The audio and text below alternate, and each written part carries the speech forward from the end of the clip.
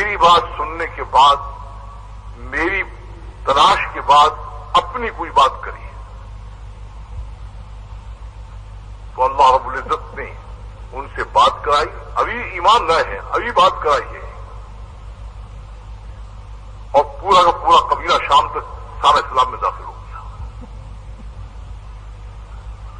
تو میں یہ عرض کر رہا ہوں کہ اس دین کے نام پر کام تو بہت ہیں، نہ ان کے احداث میں شبہ ہے، نہ ان کی افادیت میں شبہ ہے، لیکن اللہ کا اپنا نظام ہے. اور اللہ کا نظام کیا ہے؟ اسی میں ایک مغالطہ ہو رہا ہے. لوگ کیا سمجھ رہے ہیں؟ لوگ یہ سمجھ رہے ہیں کہ اللہ کے لیے جو ہم کریں گے وہ سارا دین ہوگا اور اللہ اس کو قبول کر دیں گے. اگر ایک آدمی اپنے دماغ سے 4 رکعت کے بجائے 8 رکعت پڑھتا رہے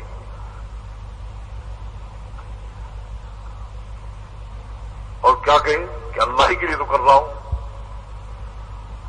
تو اللہ کیا کہیں گے کہ میں نے جو نظام بتایا تھا تم نے اس کے مطابق کیوں نہیں کیا؟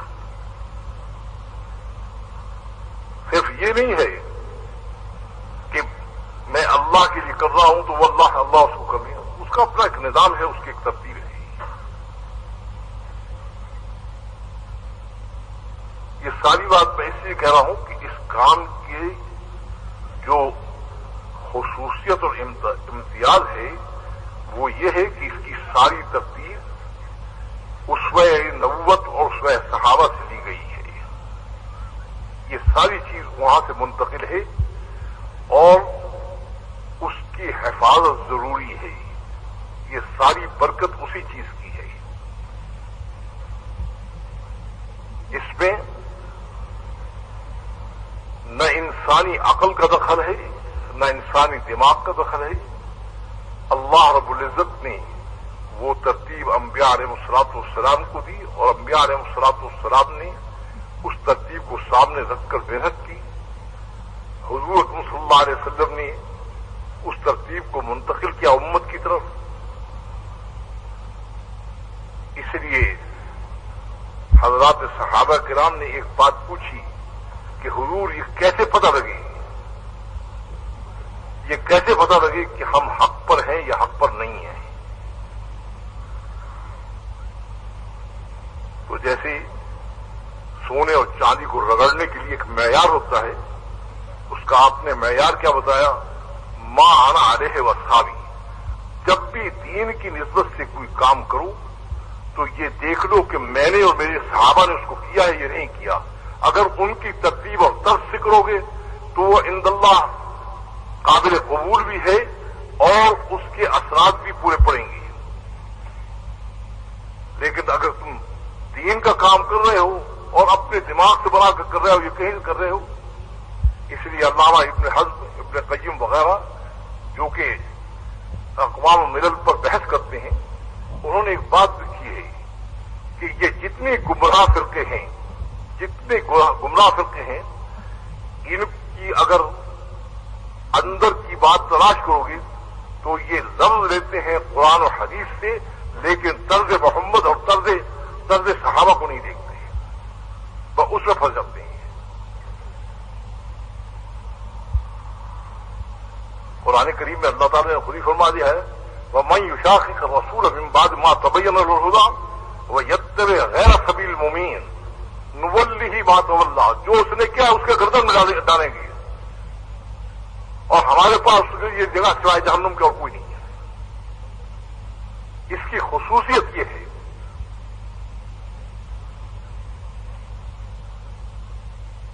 اور بالکل فطرتی بات ہے، سمجھ آنے والی بات ہے.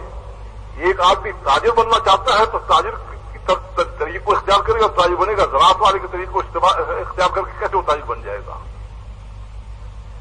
ایک شخص زراعت کرنا چاہتا ہے تو زراعت کے جو حضرت کرنے والے ہیں ان کی ترتیب کو اختیار کرنا پڑے گا. وہ لوہار کی ترتیب پر کیسے زراعت کا کام کر سکتا ہے؟ جب کام انبیاء علیہ الصلوۃ السلام کی ذمہ داری کا کرنا ہے تو وہ تو ان کی ترتیب کو دیکھنا پڑے گا.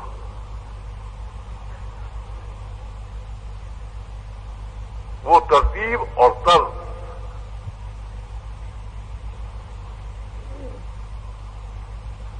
اس پورے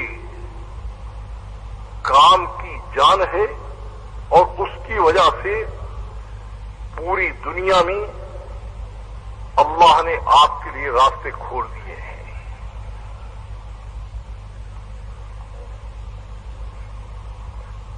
اس کام کی 4 چیزیں محافظ ہیں. 4 چیزیں محافظ ہیں اور 4 چیزیں اس کام کو دیمک کی طرح چاٹ جاتی ہیں اور انسان کو پتہ نہیں لگتا. وہ 4 چیزیں جو محافظ ہیں وہ کیا ہے؟ مداومت علی العمل. آپ کام جس کی نسبت سے کر رہے ہیں اس کی نسبت کو سامنے رکھ کر تبلیغی بیانات آفیشیل کی جڑوں میں جیسے دیمک لگ جائے اس کو اندر ہی اندر کھا جاتی ہیں اور آدمی کو پتہ بھی نہیں لگتا ہے. وہ 4 چیزیں، ایک احداث، ایک اعجاز، ایک تنازع اور ایک تساہل. یہ 4 چیزیں جب پیدا ہو جائیں گی پھر کام گیا، ختم ہو گیا کام. اس وجہ سے علماء سلف نے لکھا ہے کہ یہ 4 چیزیں جس کی طرف رہبری کی گئی ہے تعلیمات نبوی میں، یہ 4 چیزیں یہ مداخل شیطانی ہے جہاں سے شیطان داخل ہوتا ہے. پہلے آتا ہے شیطان. پہلے آتا ہے شیطان کس راستے سے؟ حدیث میں کہ تو گھر سے نکلے گا تیری بیوی کون سنبھالے گا؟ تو وطن کو چھوڑے گا تو پھر وہاں جا کے مر جائے گا تو کیا ہوگا؟ پہلے تو نقصانات دکھاتا ہے، اس راستے سے آتا ہے پہلے. لیکن جب آدمی حوصلہ کر جاتا ہے اور وہ تو پھر وہ راستے یہ مداخل ہیں اس کے، احداث، اعجاز، تنازع اور تساہل اور تقاؤ. یہ 4 راستے بتائے ہیں شیطان کے مدخل ہیں اور اتنے خطرناک مدخل ہے کہ آدمی کو پتہ بھی نہیں لگتا اور معاملہ صاف ہو جاتا ہے. احداث کس کو کہتے ہیں؟ احداث کہتے ہیں کہ کسی کے دل میں یہ بات ڈالتا ہے کہ ترتیب قدیم جس پر پوری دنیا میں کام پھیلا ہے اس کے اندر تو مزید یہ چیزیں بھی لگا دے گا تو کام کا اتنا فائدہ ہوگا کہ تو دیکھے گا کیا ہوتا ہے.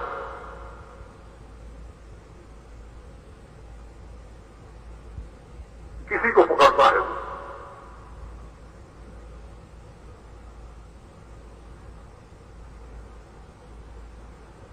یہ ضروری نہیں ہے کہ وہ کسی گودام میں ڈالے یا کسی نہیں.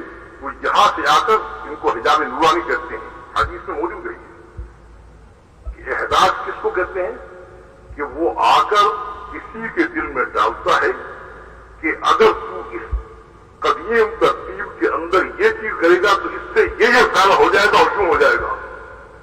اب اس سے کیا نتیجہ نکلتا ہے؟ اب وہ کہتا ہے کہ ہاں اس سے وہ افادیت سامنے ہوتی ہے. لیکن جب نئی چیز نئی شکل اختیار کرے گا اور ترتیب قدیم سے ہٹے گا تو اس پر جو کڑھانا چلے گا بنیادوں پر وہ بنیاد جو ہے کٹ جائے گی.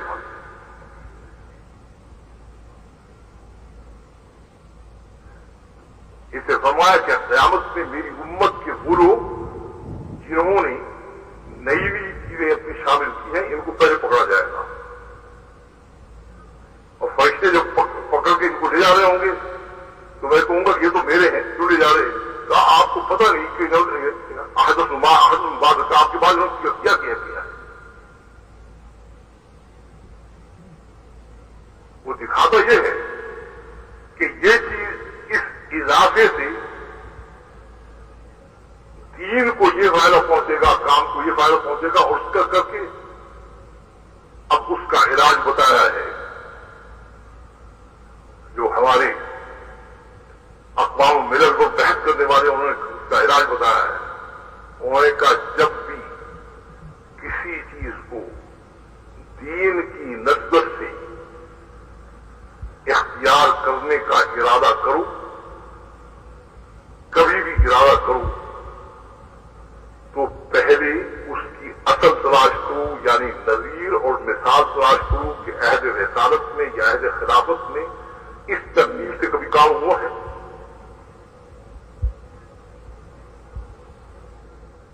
اگر وہاں مثال اور نظیر مل جاتی ہے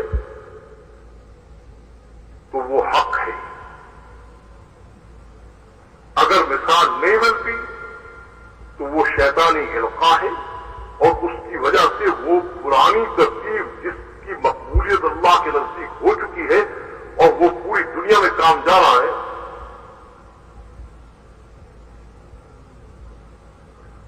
وہ آ کر اس مقبول طریقے میں غیر مقبول چیز شامل کر کے وہ جو اللہ کی طرف سے نصرت اور مدد کے دروازے کھلے ہوئے ہیں اس میں آ کر رکھنا ڈالتا ہے۔ یہاں سے وہ داخل ہونا شروع ہوتا ہے، کسی کے دل میں بھی ڈال دے گا کہ اس سے یہ چیز تم کرو گے تو اس سے یہ ہو جائے گا۔ دوسری چیز اعجاب ہے۔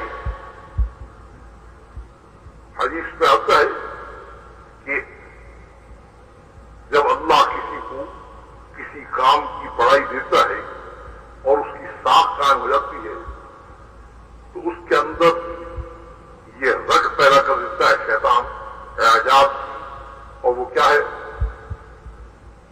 وہ اعجاب کیا چیز ہے کہ اپنی امتیازی اور خصوصی شان پیدا کرنے کے لیے اگر میں یہ چیز شامل کر دوں گا تو یوں تو سارا ہی مجمع کام کر رہا ہے، لیکن یہ چیز جو ہے میری امتیازی ہو جائے گی۔ اس کو آپ نے فرمایا کہ اتباع جو ہے اس میں خیر ہے، اور یہ اپنی طرف سے چیزیں شامل کرنے سے جو نقصان ہے وہ کام کو ختم کر دیتا ہے۔ بلکہ یاد رکھیں کہ اگر ایسی صورت پیدا ہو جائے تو سمجھ لو کہ قیامت کا قرب قریب آ گیا ہے۔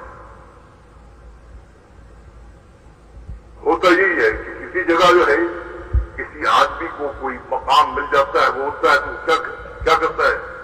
وہ کہتا ہے انہیں کے لیے تو کر رہے ہیں، اور اس لوگ وہ کبھی کوئی چیز لگائے گا، کوئی چیز لگائے گا۔ تو اعجاب کہتے ہیں کہ جو کام کے ذمہ دار ہیں وہ اپنے مقام اور ساتھ کو سمجھ کر کوئی امتیازی چیز جو عام طور پر ہے اس کو نہ اختیار کرے، بلکہ کوئی خصوصی انداز اختیار کریں اس کا۔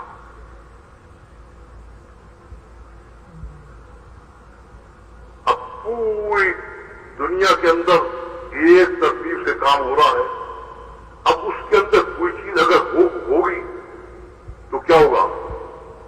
اس کا نتیجہ کیا نکلے گا؟ اس کا نتیجہ نکلے گا تو کوئی کہے گا کہ کام کی ترتیب یہ ہے، کوئی کہے گا کام کی ترتیب یہ ہے۔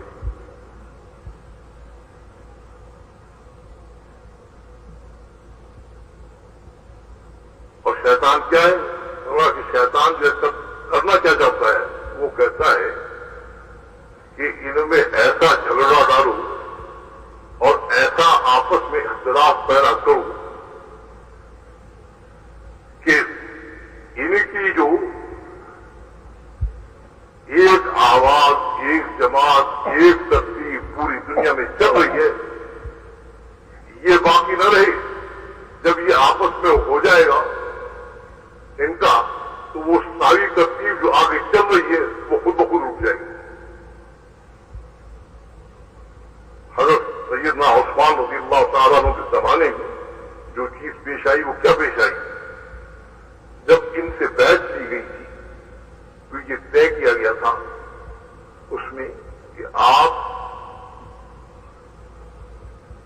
اپنا نظام جو چلائیں گے وہ سیرت شیخین پر چلائیں گے، یعنی حضرت ابوبکر صدیق رضی اللہ تعالیٰ عنہ اور حضرت عمر رضی اللہ تعالیٰ عنہ کے نظام کے مطابق آپ چلائیں گے۔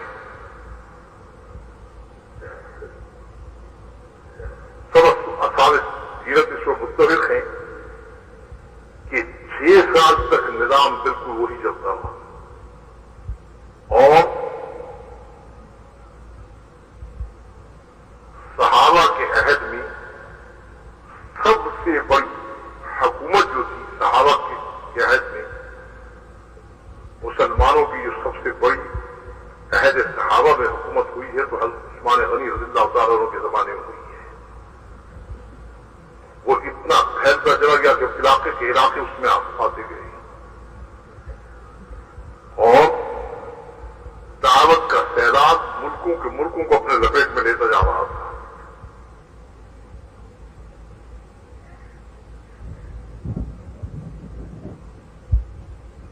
عثمان رضی اللہ تعالیٰ عنہ کا جو آخری 6 سال ہیں، اس میں جو شکل پیش آئی وہ کیا پیش آئی؟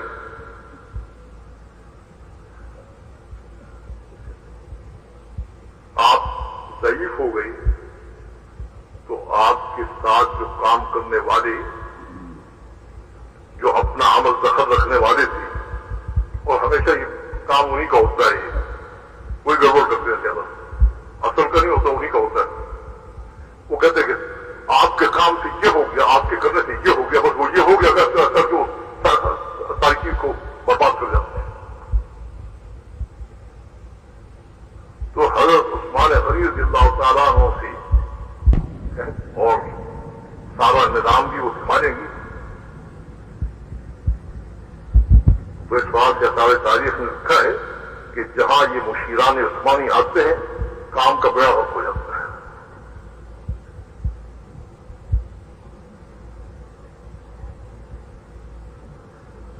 ان کے کہنے پر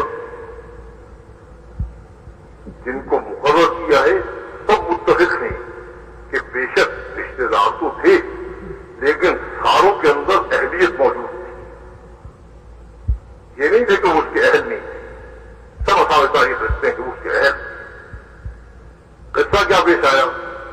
کہتے قصہ یہ پیش آیا کہ سیدنا ابوبکر صدیق رضی اللہ تعالیٰ عنہ اور سیدنا عمر فاروق رضی اللہ تعالیٰ عنہ نے یہ طے کیا ہوا تھا کہ اپنے کسی رشتے دار کو حکومت کے کسی منصب پر نہیں لگانا۔ ایک آدھ ضرورت بھی پیش آئی تو حضرت عمر رضی اللہ تعالیٰ نے کیا جواب دیا؟ فرمایا کہ جو بوجھ عمر کی گردن پر پڑا ہوا ہے وہی اس کے لیے کافی ہے، میں اپنے بھائی خاندان کے واسطے اس بوجھ میں دباؤں۔ تو انہوں نے یہ طے کیا ہوا تھا کہ کسی رشتے دار کو حکومتی منصب پر نہیں لگانا۔ اب جو یہاں اس نظام میں پلٹا آیا تو وہ طبقہ جو رسول اللہ صلی اللہ علیہ وسلم کے زمانے سے لگا ہوا تھا کہ اسلام کے اس پھیلاؤ کو کیسے روکا جائے اور کس طرح سے اس کو کیا جائے، اس کو موقع دے دیا۔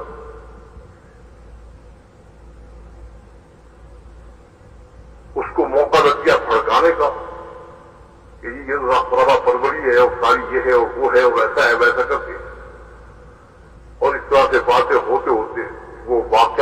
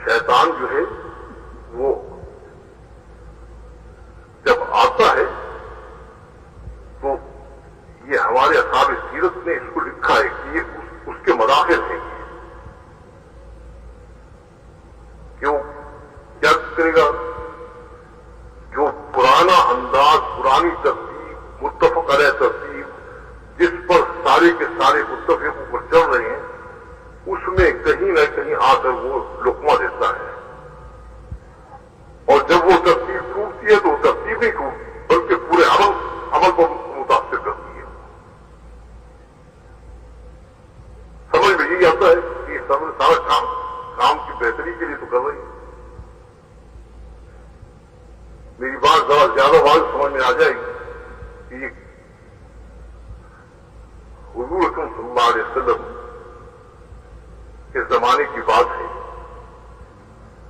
3 آدمی آئے، ازواج مطہرات سے انہوں نے 3 سوال کیے، اور میں یہ کہا کرتا ہوں کہ جو کچھ امت کو قیامت تک پیش آنے والا ہے، اللہ رب العزت نے وہ انتظام ایسا کیا ہے کہ انہی سے وہ کرا کر ہماری واسطے راستہ متعین کر دیا ہے، تاکہ پیچھے والے نہ کہیں کہ اس مسئلے کا کیا حل ہے اور یہ مسئلہ کیا ہے، اس مسئلے کیا ہے۔ ایک نے پوچھا کہ حضور اکرم صلی اللہ علیہ وسلم کا رات کا معمول کیا ہے؟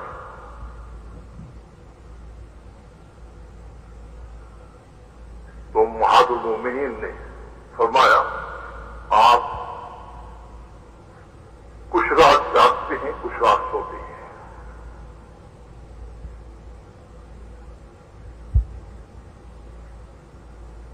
دوسرے نے پوچھا کہ دن کا معمول کیا ہے؟ انہوں نے کہا کبھی افطار کرتے ہیں، کبھی روزہ رکھتے ہیں۔ تیسرے عرض کیا کہ آپ کی شادی وغیرہ کا کیا معمول ہے؟ انہوں نے کہا آپ کی اتنی ازواج مطہرات ہیں۔ تو جو پہلا تھا وہ کہنے لگا سبحان اللہ، آپ تو اللہ کے نبی ہیں، آپ کا تو چھوٹا عمل بھی بہت بڑا ہے، تو میں تو پوری رات جو ہے وہ جاگ ہی کر گزاروں گا۔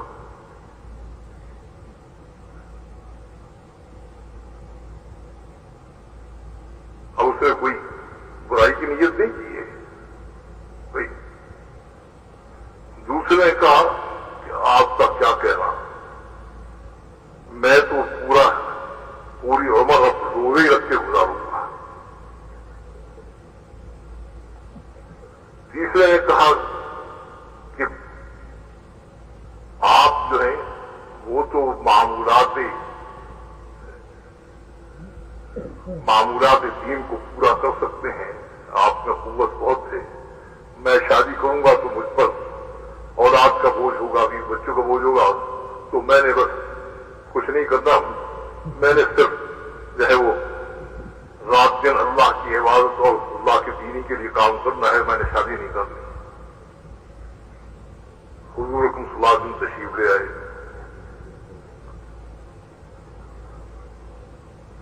آپ نے پوچھا کیا بات ہے، کیا بات ہے؟ تو ہر ایک نے ذکر کیا اپنا رات کے مسئلے کا، دن کے مسئلے کا، شادی کے مسئلے کا۔ اب جو آپ نے جواب دیا ہے نا، جو آپ نے جواب دیا ہے، علماء سب کہتے ہیں اس کے بعد آدمی کو بولنے کا حق نہیں رہتا۔ آپ نے جواب دیا ہے کہ اللہ نے دین کو مجھ پر مکمل کر دیا ہے، اگر میرے اتباع سے زیادتی کرو گے یا کمی کرو گے، دونوں کے اس کے اندر گمراہ ہو جاؤ گے، دونوں صورتوں میں گمراہ ہو جاؤ گے۔ یہ نہیں کہ اچھی چیز نظر آ رہی ہے آدھی چل پڑے اس کے اوپر۔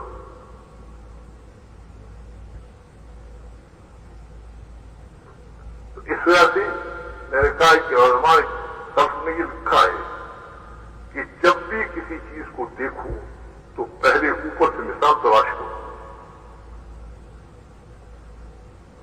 کہ کوئی مثال اس کی ملتی ہے، کوئی شکل اس کی ملتی ہے۔ میرے سے کسی نے پوچھا کہ مقصد والی جماعت، مشق والی جماعت، میں نے کہا بھائی میں نہ انکار کرتا ہوں نہ اعتراض کرتا ہوں، اس وجہ سے کہ میں تو اوپر کے مثال کو دیکھ کر بات کرتا ہوں، اوپر اس کی مثال مجھے کہیں نظر نہیں آئے، جس نظر آ جائے گی میں بھی ہاں کر دوں گا، کوئی مثال اس کی نظر نہیں آتی۔ اور وہ کیا ہے، شیطان کہہ رہے کہ اس سے بڑا فائدہ ہے، اور فائدہ تو ہے لیکن نبی کے طریق کے جو خلاف ہے اس کا جو نقصان ہے وہ کون سکتے گا؟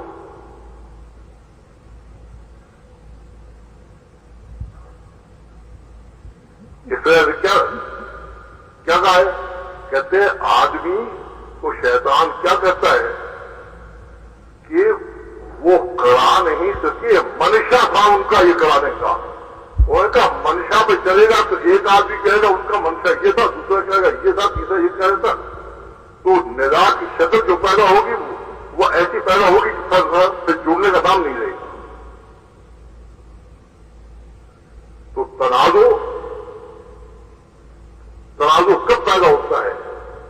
جب قدیم چیز جو ایک انداز سے چل رہی ہو اس میں اضافے شروع ہوتے ہیں، تو وہاں پر کچھ کہتے ہیں کہ وہ طریقہ صحیح ہے جو پہلے سے چلا رہا ہے، کچھ کہتے ہیں کہ نہیں جو اضافے ہیں اس کا فائدہ بہت زیادہ ہے، وہ خام خواہ چلتا چلتا ایک کام جو ہے وہ لپیٹ میں آ جاتا ہے۔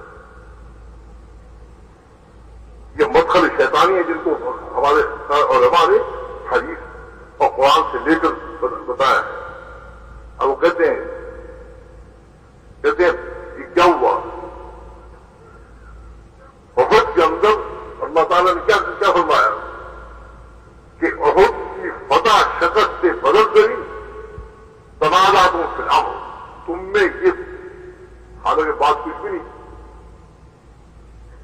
وہ تو ایک غلطی ہو گئی کہ کہا یہ کیا تھا کہ نہیں، اب آپس میں ہوگا کہ وہ کیا کیا ہے، وہ تنازع جو تھا وہ کیا تھا، کہتے تھے وہ تو جب تک فتح نہیں ہوئی تھی نا اس وقت تک کے لیے حکم تھا، دوسرے کا نہیں، وہ حکم جب تک کہ حکم نہ مل جائے جہاں سے ہٹنے کا اس وقت تک نہ، یہ اتنی بات میں فتح شکست سے بدل گئی۔ میں نے اس بات کہا کہ جس سے معاملہ ہے نا اس کو بھی سوچنا چاہیے، یہ اپنے گھر کا معاملہ نہیں ہے جو مرضی جس کے کرنے لگے۔ اب صحابہ کرام نے پوچھا کہ یہ شکلیں جو پیش آتی ہیں تو اس کا نتیجہ کیا نکلتا ہے؟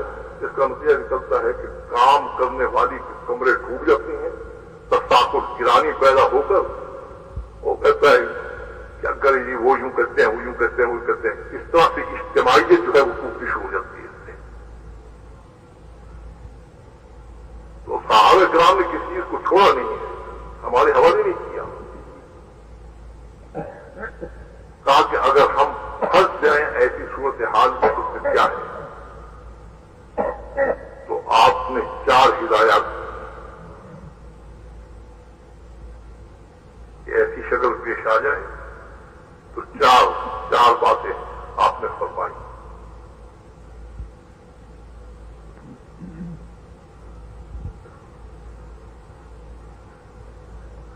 پہلی بات آپ نے فرمائی استقیم، جو طرز قدیم پہلے سے جس پر اللہ نے قبولیت کا نظام بنا رکھا ہے اس پر سب جمو، اس پر جمو، اور جو اضافے ہیں اس کے متعلق کیا فرمایا کہ جو لوگ وہ اس طرح سے کرتے ہیں تو ان سے اللہ نمازر ہم ان سے جھگڑا نہ کریں، اپنے آپ قدیم پر جمیں لیکن ان سے جھگڑا مت کریں، ان سے الجھے نہیں، وہ نقصان زیادہ ہے۔ اور تیسری بات کہ اس قسم کی چیز کا جو انتشار والی ہے اس کے آپس میں خفیہ مذاکرے بھی نہ کریں،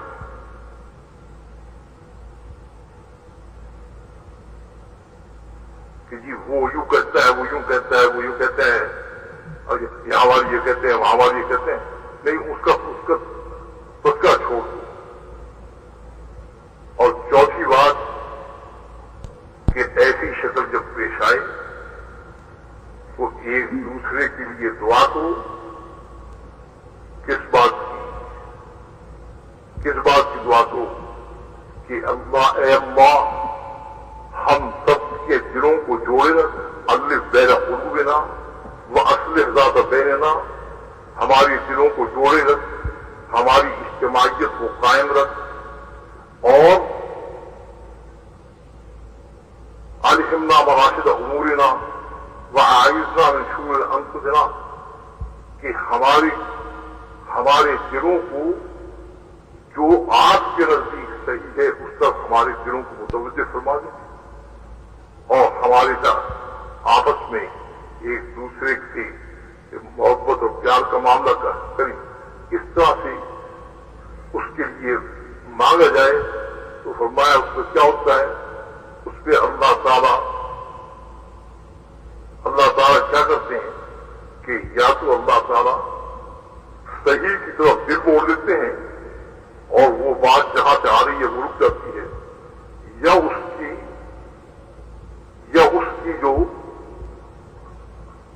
جو بھی وہ اضافہ ہے یہ کیا ہے، اس کی طرف سے عمومی پبلک کا دل ہٹا دیتے ہیں کہ عام نہیں، وہ وقتی چیز ہوتی ہے، شخصی چیز ہوتی ہے، وہ ختم ہو جاتی ہے۔ تو یہ ساری باتیں میں اس لیے کر رہا ہوں کہ اس وقت میں الحمدللہ اللہ تعالیٰ نے پوری دنیا کے اندر اس کام کو اس قدیم ترتیب پر ہم سے کام لے کر پہنچا دیا ہے۔ اب شیطان راستے تلاش کر رہا ہے کہ اس سیلاب کو روکا کیسے جائے۔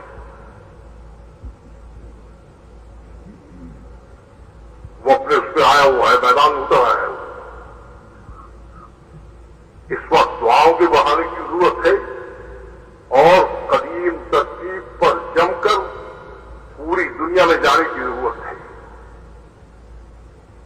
اور اس کو سمجھ کر جانا ہے کہ مجموعہ امت، مجموعہ انسانیت کی بھیجی گئی ہے۔ فرد کو نہیں بھیجا گیا، فرد تو آتے تھے انبیاء علیہ السلام، یہ مجموعہ امت، مجموعہ انسانی کی طرف مبعوث ہے۔ اس لیے صحابہ کرام کیا کہتے ہیں، ان اللہ تعالیٰ، یہ نہیں کہتے تھے کہ ہر شخص کے میں نہ ہوں یا مجھے بھیجا گیا ہے، نہیں، مجموعہ امت، مجموعہ انسانی کی طرف بھیجی گئی ہے۔ میرے سے وہاں میں نے شاید پہلے بھی ذکر کیا تھا کہ عورت پوچھنے لگی کہ اتنے عرصے سے یہ کام ہو رہا ہے تو کوئی ثمرہ اور نتیجہ تو اس کا نظر نہیں آتا۔ تو میں نے ان سے کہا، میں نے کہا بات یہ ہے کہ 4 چیزیں ہیں اس کام سے جو مقصود اور مطلوب ہیں، ان میں سے 2 حاصل ہو گئی ہیں اور 2 باقی ہیں۔ تو عربوں کا مزاج ہے اردو میں تجسس کرنے کا، کہنے لگے شیخ 2 کون سی باتیں حاصل ہو گئی ہیں، ہمیں تو کوئی چیز حاصل نظر نہیں آتی۔ میں نے کہا امت اس حال میں پہنچ گئی تھی کہ اپنی ذمہ داری سے اتنی دور چلی گئی تھی، کہتی تھی کہ یہ بھی کوئی کام ہے۔ اللہ نے ایک امت کے ایک طبقے کو قبول فرمایا اور الحمدللہ انہوں نے کام کو کام سمجھ کر کام کرنا شروع کیا۔ امت کا ایک طبقہ، پہلے پوری امت گئی، امت کا ایک طبقہ کام کی طرف واپس لوٹا ہے۔ میں نے کہا ایک تو کام یہ ہو گیا، اور میں نے کہا دوسرا یہ کہ اسلام کا تعارف پوری دنیا سے ختم ہو گیا تھا۔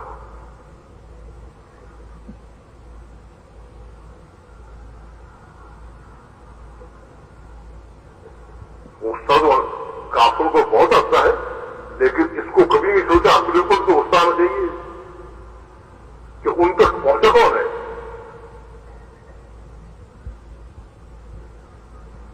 تو اسلام کا تعارف ختم ہو چکا تھا۔ آپ کی جماعتیں کہتی ہیں کہ جب ہم جاتے تھے تو کہتے تھے وہ اسلام، اسلام ہے کیا چیز؟ اور 78 میں میرا پہلا سفر ہوا امریکہ کا، تو اس وقت وہ مجھے خود ایک جگہ ایک صورت پیش آئی کیلیفورنیا یونیورسٹی میں، عربوں نے بیان رکھ دیا اپنے یہاں، تو اس میں وہ تو غیر عرب جو تھے وہ بھی آ گئے، انگریزی میں ترجمہ ہو رہا تھا تو میں نے ایک شخص کو دیکھا ایک کہ وہ بار بار جو ہے وہ سب کو اپنے ملتا ہے جیسے کسی چیز کی تلاش ہو، سوچتا ہو کسی چیز کو۔ جب بیان وہاں ختم ہو گیا تو میں نے جو عرب بیٹھے تھے ان میں سے ایک کو کہا، میں نے کہا اس سے پوچھو تو کیا چیز سوچ رہا تھا، کیا کہتا ہے؟ اب بات تو چھوٹی سی ہے لیکن ہم اگر غور کریں تو کل کو جواب یہی مشکل ہو جائے گی۔ جب اس سے پوچھا تو اس سے کیا کہتا ہے وہ کہتا ہے کہ میں نے ڈکشنری میں اس نام کا لفظ پڑھا تھا کبھی،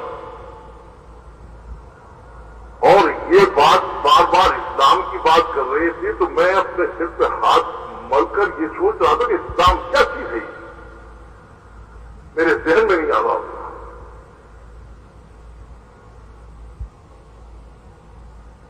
تو یہاں تک انسانیت پہنچی ہوئی تھی کہ تعارف اسلام کا ختم ہو گیا تھا۔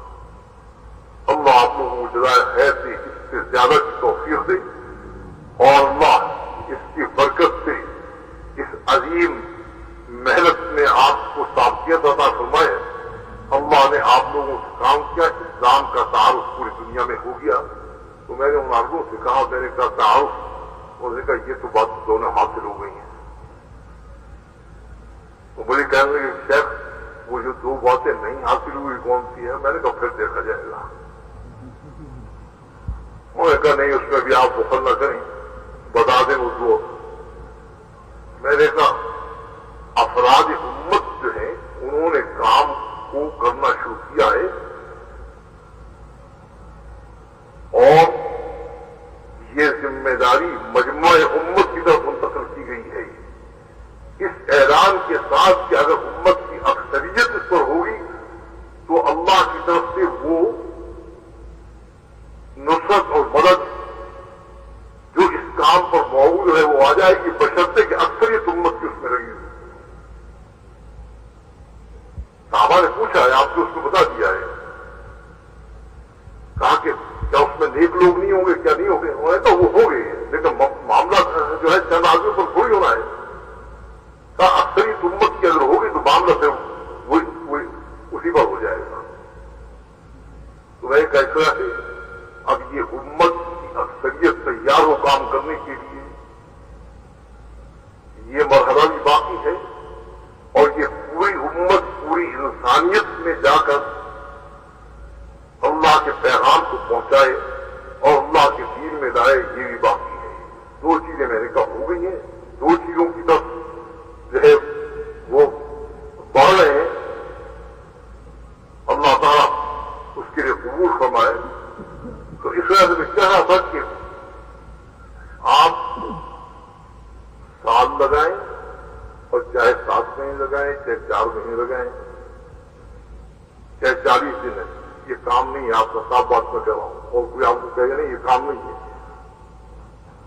کام ہے آپ کا پوری انسانیت کو جا کر اللہ کا پیغام پہنچانا اور پوری انسانیت کو اللہ کے دین میں لانے پر محنت کرنا۔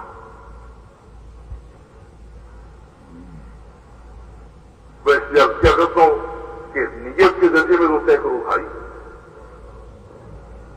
کیوں بھائی؟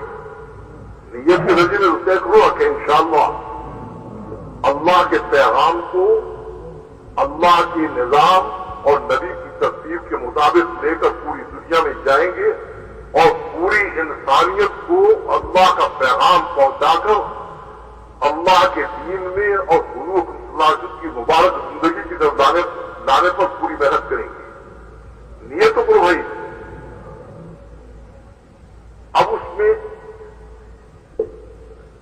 پوری انسانیت میں آپ پوری امت کو تو جبھی لے جا سکیں گے جب پوری امت کو تیار کریں، تو اس میں آپ کے پاس وہ دو چیزیں جو صحابہ کو رسول اللہ نے دی تھی اس کا ہونا ضروری ہے، اس کے بغیر نہیں ہم اس کام کو لے کر چل سکتے۔ صحابہ کرام جب دنیا کی طرف بھیجے گئے ہیں تو ان کے پاس دو چیزیں تھیں، ایک حضور صلی اللہ علیہ وسلم کی محنت اور آپ کا طرز اور طریقہ، کیسے آپ محنت کرتے تھے،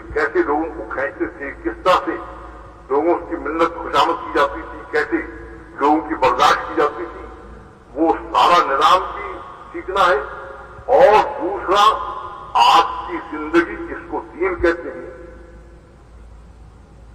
دین کسی اور چیز کا نام نہیں ہے، نبی کی زندگی جو 24 گھنٹے کی ہے اسی کا نام دین ہے۔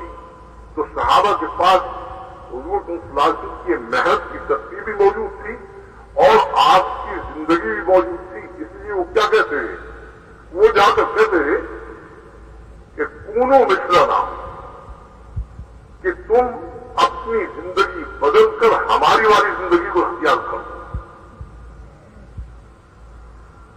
اب ان کی زندگی بالکل جدا تھی، صحابہ کی زندگی بالکل جدا تھی، تو ان کو سمجھ میں آتی تھی بات۔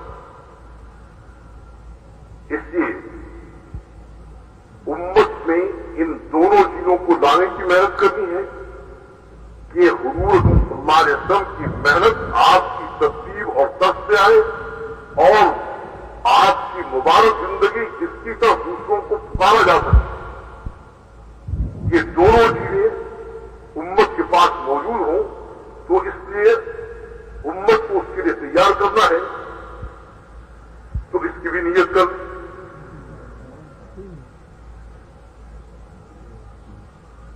اب